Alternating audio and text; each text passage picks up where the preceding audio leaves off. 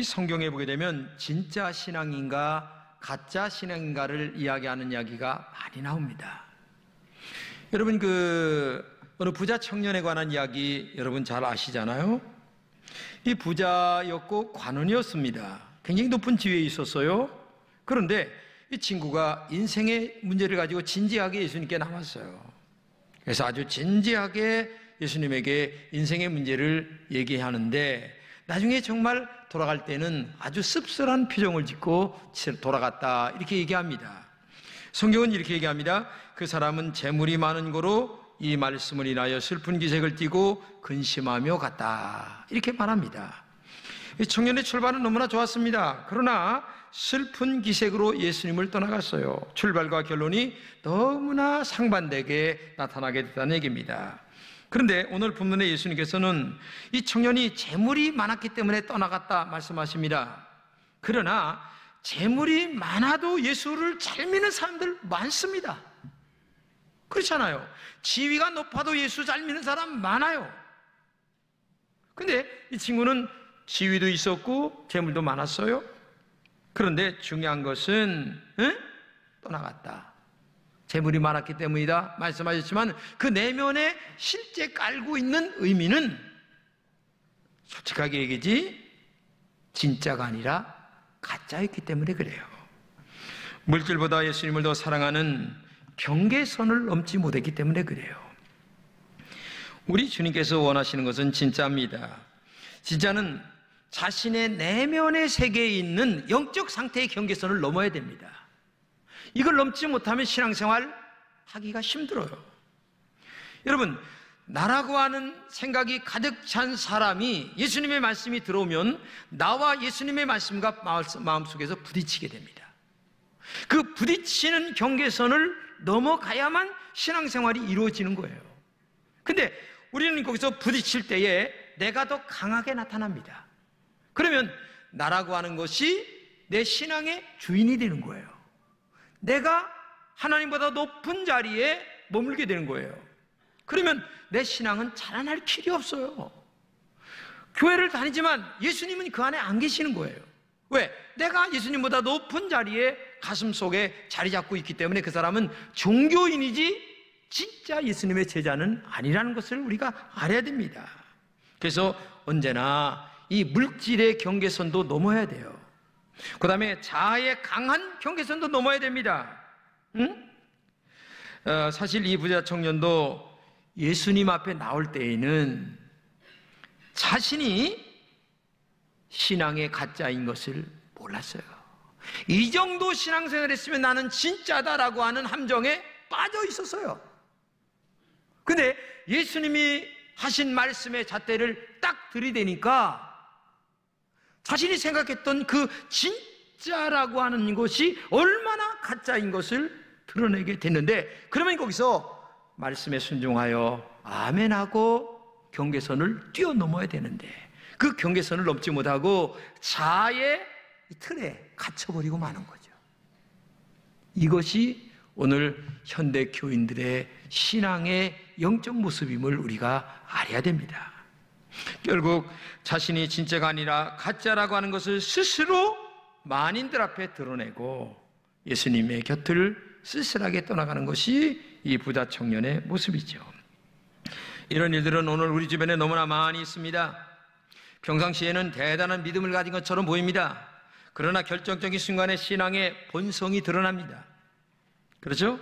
자신이 가짜라는 한계를 넘지 못한 사람들이 많이 있다는 얘기입니다. 다른 말로 얘기하면 예수님보다 내가 주인이 되고 물질이 주인이 되어 살아가는 이 진짜가 아닌 사람들이 너무나 많이 있다는 거죠. 그래서 신앙생활에 가장 소중한 것은 나를 포기하고 예수님이 내 인생에, 내 마음에, 내 신앙에 주인이 되는 자리까지 나를 포기하는 단계까지 가야 되는 거죠. 만약에 그렇지 않다면 우리는 위선적인 신앙을 많이 갖게 될 때가 있다는 거죠. 어떤 경우에도 성경보다 앞서지 말아야 됩니다. 어떤 경우에도 기도보다 앞서지 말아야 됩니다. 어떤 경우에도 성령보다 앞서지 말아야 됩니다. 그런데 안타깝게도 오늘 우리는 내 감정이나 기분이 성경과 그리고 성령과 그리고 말씀보다 그리고 기도보다 언제나 앞서서 가기 때문에 신앙이 성숙하고 그리고 살아계신 예수님을 만날 수 없는 단계에서 늘 머물러 있는 거예요. 여러분, 복음의 본질이 뭡니까?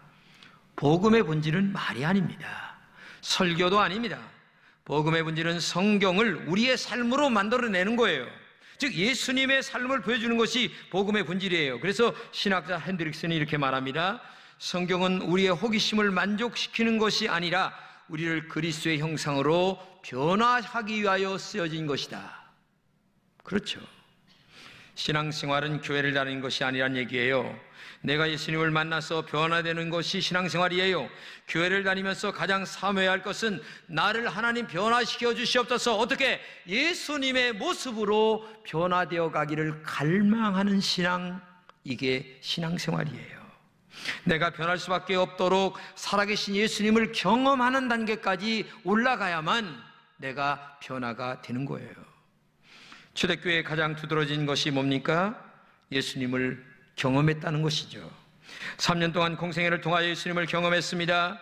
그리고 승천하신 후에 성령을 통하여 예수님을 경험했습니다. 이런 예수 경험을 통하여 초대교회 성도들은 정말 변화되어서 그 사람들이 살아가는 곳에서 칭송이 자자했다, 이렇게 말하고 있어요.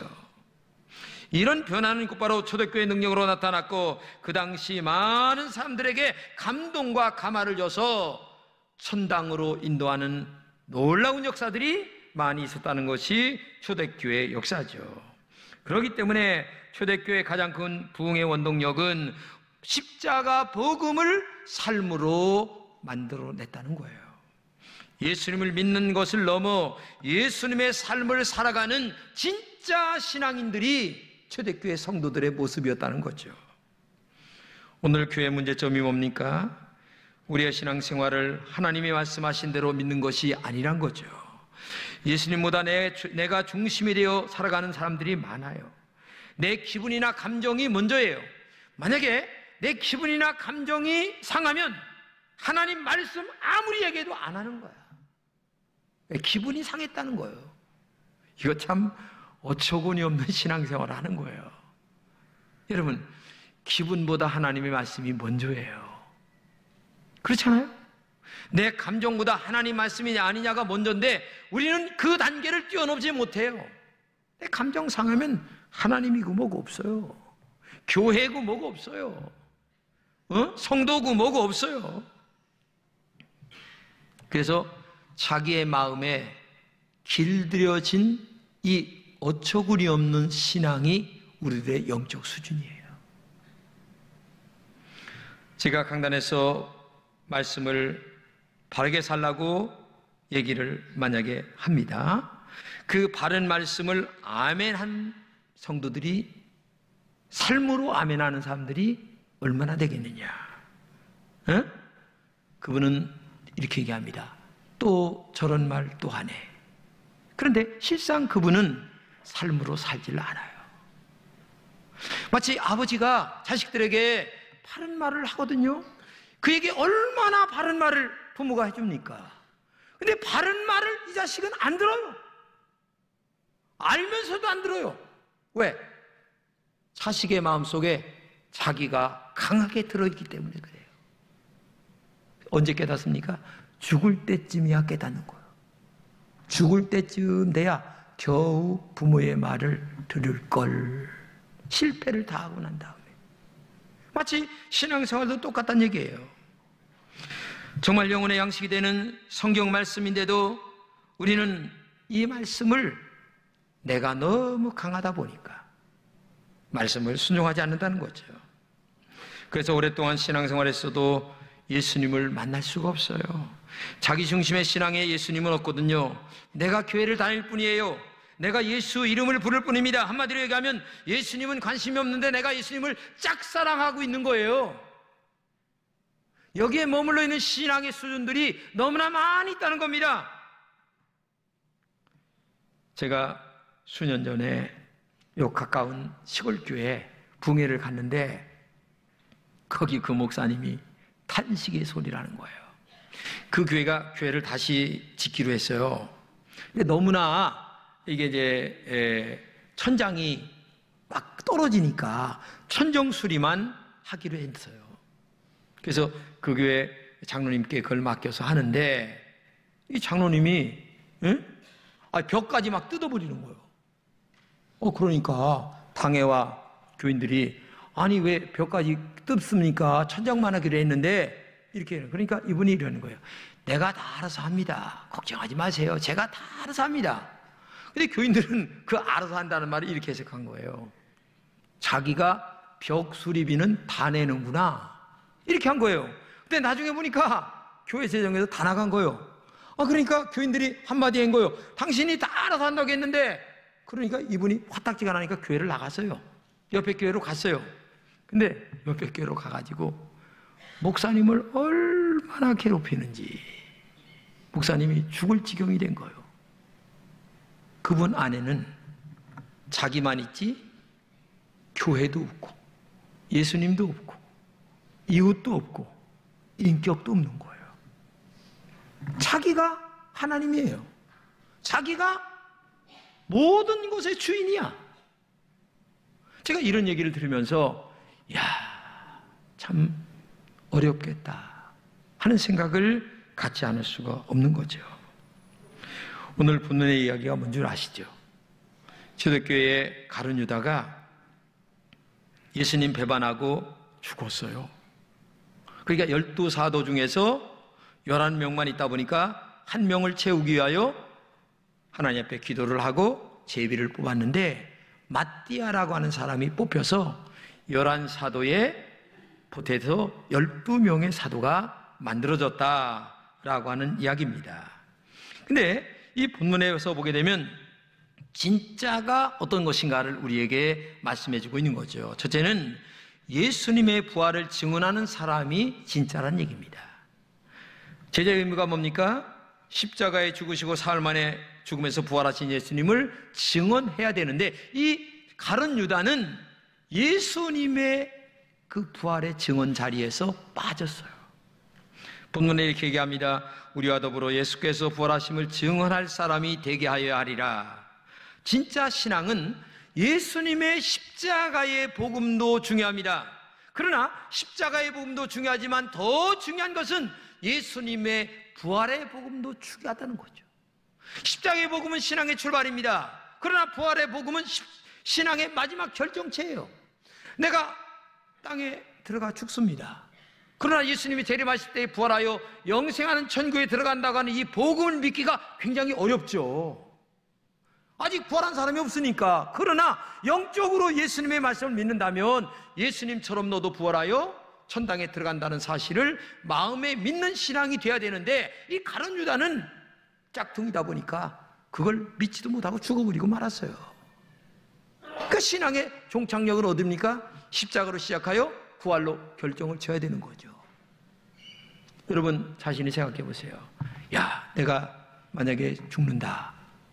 그럴 때에 예수님의 재림하실 때에 내가 정말 주님처럼 부활할 수 있다. 그 믿음이 나에게 있는가? 만약에 그 믿음이 없다면 기도하셔야 돼요. 이 믿음까지 올라가야 진짜의 진짜. 근데 교회는 다녀도 예수님 믿는다고 하는데도 아직도 십자가의 복음만 믿고 부활의 복음까지 믿지 못한다면 그는 아직도 진짜가 아니다. 여러분 부탁합니다. 십자가의 복음 믿으시죠? 그러나 이제 한 단계 더 나가서 부활의 복음까지 가슴에 믿어야 될 줄로 믿습니다. 여기까지 갈 때에 이게 진짜가 되어서 주님이 재림하실 때에 우리의 영과 육을 아름다운 천당으로 주님께서 인도하실 줄로 믿습니다. 이 부활의 복음이 여러분의 것이 되시기를 진심으로 축복합니다. 두 번째는 성령의 인도를 받는 사람이죠. 많은 사람들의 신앙생활에 실수하는 이유가 자기 생각대로 신앙생활하려고 하는 게 너무나 강해요. 자기 경험대로 신앙생활하려는 게 너무나 강한데 오늘 본문의 가룟 유다도 인간적인 신앙생활하다가 끝장나고 말았어요. 그런데 이렇게 한 명의 사도를 채워갈 때에 이들은 먼저 기도합니다. 그리고 제비를 뽑아요. 그리고 정말 하나님의 사람 마띠아를 뽑습니다. 왜? 성령의 인도를 받기 위한 간절함이 있었기 때문에 그래요. 같이 읽겠습니다. 그들이 기도하여 이르되 무사람의 마음을 아시는 주여, 이 두 사람 중에 누가 주님께 택하신 바 되어 봉사와 및 사도의 직무를 대신할 자인지를 보시옵소서. 유다는 이 직무를 버리고 제 곳으로 갔나이다 하고 제비 뽑아 마띠아를 얻으니 그가 11 사도의 수에 들어갔다. 여기 무사람의 마음을 아시는 주여 이렇게 기도했습니다. 그 말은 뭐예요? 성령 하나님, 우리의 마음을 아시는 주여, 성령께서 우리의 마음을 주장하여 이 제비를 뽑을 때에 하나님이 원하는 사람을 뽑게 하여 주옵소서. 한마디로 얘기하면 성령의 인도를 간절하게 바라는 마음이 그 마음속에 있었다는 거죠. 여러분들이 작은 일, 큰 일을 합니다. 내가 계획하고 내가 결정하고, 그러나 정말 진정한 신앙인이라면 내가 계획한 일 속에 하나님의 기름 부으심이 있기를 원하여 성령의 인도하심을 바라기 위하여 정말 기도하는 사람이 진짜인 줄로 믿습니다. 그렇기 때문에 작은 일이든 큰 일이든 성령의 인도를 받으려고 하는 마음이 우리에게 있을 때에 이게 진짜 신앙이에요. 그래서 계획을 하고 계획을 수립했습니다. 그 다음에 간절하게 기도해야 돼요. 하나님, 내가 만든 이 계획이 하나님의 은혜 가운데 성령의 인도를 받기를 원합니다. 이렇게 기도해서 정말 성령의 인도하심을 받는 여러분 되시기를 주님의 이름으로 축복합니다. 셋째는 봉사와 사도의 직무를 대신한다는 얘기입니다. 사도는 예수님을 그 당시 눈으로 봤던 사람들이에요. 그런 사도의 반열에 유다는 참 안타깝게도 빠져버리고 말았어요. 에? 그리고 유다를 대신하여 누가 들어갔습니까? 마띠아예요. 그러니 우리가 받은 이 직분이 얼마나 소중한가를 알아야 됩니다. 목사나 장로님이나 권사님이나 집사님이나 이 직분이 얼마나 아름다운가를 알아야 돼요. 왜? 사도의 반열에 들어간 거나 마찬가지죠. 영적으로 생각하면 그렇다는 의미예요. 그렇기 때문에 오늘도 예수님의 삶을 살려고 하는 마음이 우리 속에 간절해야 된다는 얘기죠. 그런 마음이라도 없다면 정말 이거는 진짜가 아니라는 얘기입니다. 오늘 본문에 봉사와 사도의 직무를 대신할 자인 이를 보시옵소서 이렇게 얘기합니다. 예? 우리가 교회에서 여러 가지 봉사를 합니다. 그때 어떤 마음으로 봉사하는가를 여러분 자신에게 알아야 돼요. 예수님의 십자가의 은혜로 구원받은 감격이 우리 마음에 봉사를 하게 만들어야 됩니다. 저도 목사입니다. 하나님 앞에 여러 가지 직무를 감당합니다. 근데 저는 제 자신에게 늘 이렇게 물어요. 너는 정말 십자가의 은혜로 목사의 직을 감당하려고 하느냐? 아니면 혹시나 너의 기분과 감정으로 이 목사의 직을 감당하려고 하느냐? 이 두 가지 질문을 계속 저는 물으면서 하나님 앞에 저의 부족함을 성령의 은혜로 채워가면서 이 직을 감당하려고 정말 애를 많이 써요. 만약에 물질이나 세상의 다른 것을 얻으려고 봉사를 한다면 그것은 정말 잘못된 거죠. 우리는 무엇을 하든지 하나님이 먼저임을 알아야 됩니다. 응? 여러분과 제가 예수님을 직접 보진 못했습니다. 그러나 성령과 성령의 은혜를 통하여 예수를 만난 사람들 아니겠어요? 그래서 오늘 여러분과 저는 영적으로 사도의 반열에 선 사람들이에요. 그러므로 어딜 가든지 예수님을 보여드리는 진짜가 되어야 되는데 그 갈망하는 열망이 우리 가슴 속에 있을 때에 진정한 하나님의 거룩한 종들이 될 줄로 믿습니다. 이 미국의 사람들은 미식축구 여러분 아시죠? 네? 그런데 미식축구팀의 가장 유명한 팀이 뭐냐면은 달라스 카우보이 팀이에요. 근데 그 팀의 감독이 누구냐면 탐 랜드리라고 하는 사람인데 그의 얼마나 대단하면 명예의 전당에 들어간 사람이에요. 어느 날 기자가 물었어요. 당신의 행복의 비밀이 뭡니까? 그때 탐 랜드리는 아주 이런 말을 합니다. 나는 예수님을 믿는 그날부터 분명한 우선순위를 정했습니다. 당신의 우선순위가 뭡니까? 이렇게 얘기하면 첫째는 하나님입니다. 둘째는 가족입니다. 그리고 세 번째는 내가 가장 좋아하는 축구가 세 번째입니다. 나는 일생을 살면서 신앙생활하면서 이 순서가 뒤바뀌어진 적이 한 번도 없습니다. 그런데 하나님은 나의 인생을 이렇게 축복의 길로 인도하셨습니다. 여러분, 정말 중요합니다. 여러분 가슴속에 손을 대시고 내 영적 수준이 얼마나 되는가를 한 번쯤 판단해 보세요. 하나님이 정말 어떤 경우에도 1번인가? 그리고 두 번째, 내 가족이 우선인가? 그리고 세 번째, 내가 중요하다고 하는 세상적인 것들이 세 번째가 되는가? 아니면 내가 중요하다고 하는 세상이 1번인 사람들 많아요. 그리고 가족이 2번인 사람들 많아요. 아내하고 상의도 안 하고 일 저질러 버려. 뒤치작거리 하는 게 아내요. 여러분 왜 이렇게 삽니까?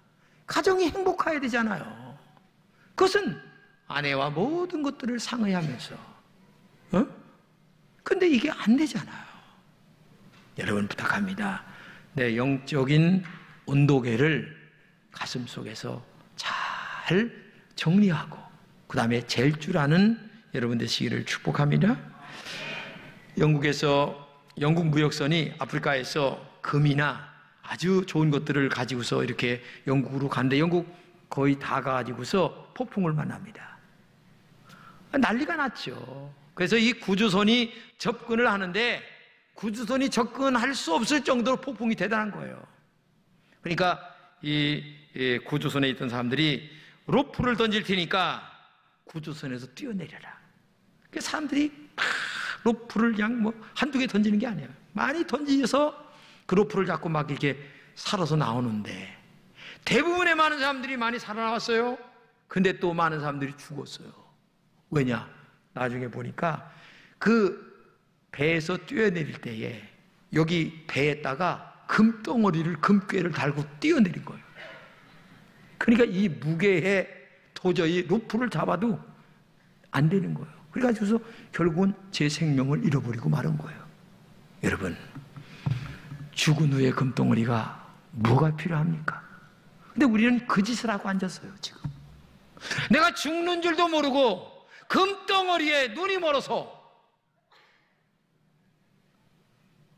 우선순위에서 하나님이 밀려버리는 거예요. 내가 죽는 줄도 모르고 영적으로 죽는 줄도 모르고 아무것도 모르고 이렇게 되는 거예요. 오늘 여러분의 생애에서 무엇이 중요합니까? 예수님보다도 중요한 것이 있으십니까? 예수님이 길이요 진리요 생명이라고 하셨는데 정말 예수님이 여러분의 인생의 길이요 진리요 생명이 되십니까?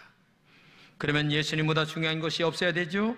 분명하게 우선순위가 결정돼야 된다는 얘기입니다. 여러분, 신앙의 출발이 뭔 줄 아세요? 예수님은 나의 구주가 되심을 확실하게 믿어야 됩니다. 그리고 난 다음에 도덕적 예수가 나에게 와야 되는 거예요. 근데 많은 사람들은 도덕적 예수를 먼저 생각하는 거예요. 착각하지 마세요.